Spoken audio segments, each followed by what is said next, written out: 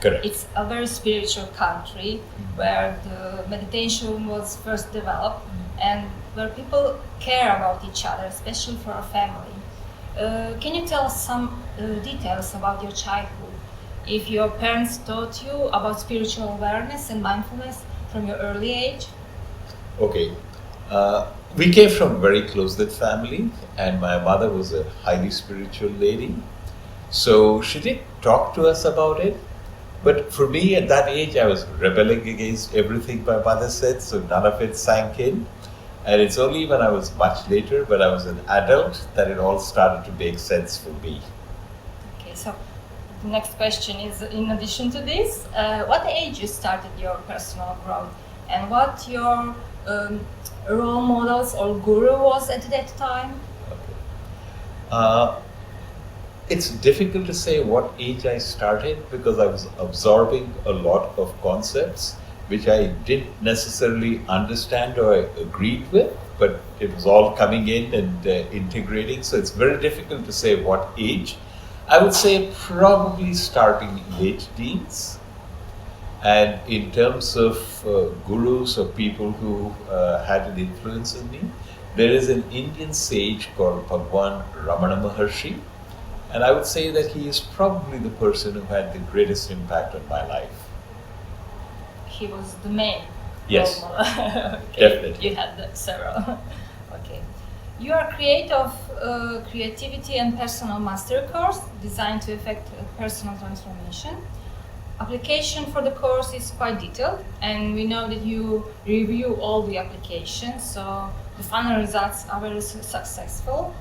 But can you tell us if there was some situation that made you particularly surprised with great and even better results than you expected from the people? And if do you have any examples? Okay. I have a very detailed application, and it takes a certain amount of effort just to fill in the application. And the reason I do that is I only want to have people who are serious and willing to explore and engage with the topics that I bring up. Because my experience has been that if you take the program and you conscientiously do the assignments and exercises, your life will change. No ifs, ands, or buts. You don't have to believe anything, but if you sincerely try to do the exercises, your life will change. But if you don't do the exercises, nothing happens. So it's a waste of your time, and it's also a drag on everybody else. So that's the reason I have an application form. But that being said, I've had instances of persons who I let into the course and I thought, oh, nothing much is going to happen with them because they're not serious. And they had profound personal transformations. And in a few occasions, rare, but a few occasions, I did have people, I thought, oh, this person is going to make great strides. And nothing happened. They went through the course, they did the exercises, but pretty much no change at all. It's possible that the change happened afterwards, but I'm not in touch with them, so I can't comment on that. So things like that happen. So what I've now learned to is I do my bit, and then I completely forget about it, and everybody will get from the program what he or she is supposed to get from it. You say that we all can create a blissful and happy life, but how to stay positive if you are surrounded by toxic people who by chance are people which you cannot avoid, like your parents or maybe a spouse? That's a very good question, Vesta. So what happens is you go through life and very often you let other people affect you. So I ask them to think about this. Do you really want to give the keys to your happiness over to somebody else? Think about it. Every time you're with a toxic person and that toxic person rubs off on you, you're giving away the keys to your happiness to someone else. Do you want to do that? And of course, everybody says, no, I don't want to do that, but we do that all the time. So the first thing is to be aware that this is what you're doing. The second thing is to be aware that your emotional domain is being affected by the other person. And when you become aware of that, you can say, no, I'm not going to let it happen. So it's like you put on a waterproof poncho and the rain comes and it goes off your shoulders without affecting you. Mm-hmm. So when you're aware that this is happening, you find that you can control it to a very large extent and you don't have to be swayed by other people. It's not easy, but with practice, it can be done. And there's the other part of it also, Vesta, because just as you find toxic people are affecting you, when you develop the capacity not to be affected by them, but you are vibrating at your level, you might well find that the toxic people are being affected by you and becoming a little less toxic, which is good for them, good for you, and good for the relationship. So I always encourage people who take my programs to be aware that this can happen and work to actually make it happen. Yes, of course, if you have positive energy, is affecting also Others, the people around us. exactly. Just as their negative energy can affect you, why can't your positive energy affect them? Yes. Make it a conscious attempt. It's a bit harder, but Yes. I never said it was easy. Yes. Okay. Following this previous question, can you tell us how to stay positive, precisely how to successfully work on personal growth in certain social environments or even countries that are very negative? Like, for example, here in Croatia, in the last 20 years, the atmosphere is negative in most of the areas of life. And people are very often write negative comments on social networks. They negatively comment on every event and on different topics, negatively comment on, complain about everyday life. And we had the opportunity to live in the United Kingdom for a while, and we noticed that there is a situation in comparison with Croatia. These situations are very rare. And how to find the strength despite everyday negativity? That's a very good question, Vesna, and once again I have to say it's not easy, but here is what you have to do. No matter how negative the environment is, there are people who are trying to learn and grow and fight against negativity. It is your job to find other such persons, make common cause with them, and kind of link soldiers. In Buddhism, there is a term called sanghas, and there is also satsanga, which basically means good company. And when you're with people who are good company, you support each other and reinforce each other. So in my first book, Are You Ready to Succeed?, I lay out a blueprint for how you can form a collective learning group where you reinforce each other and grow together. That is the best way to function in an environment like that.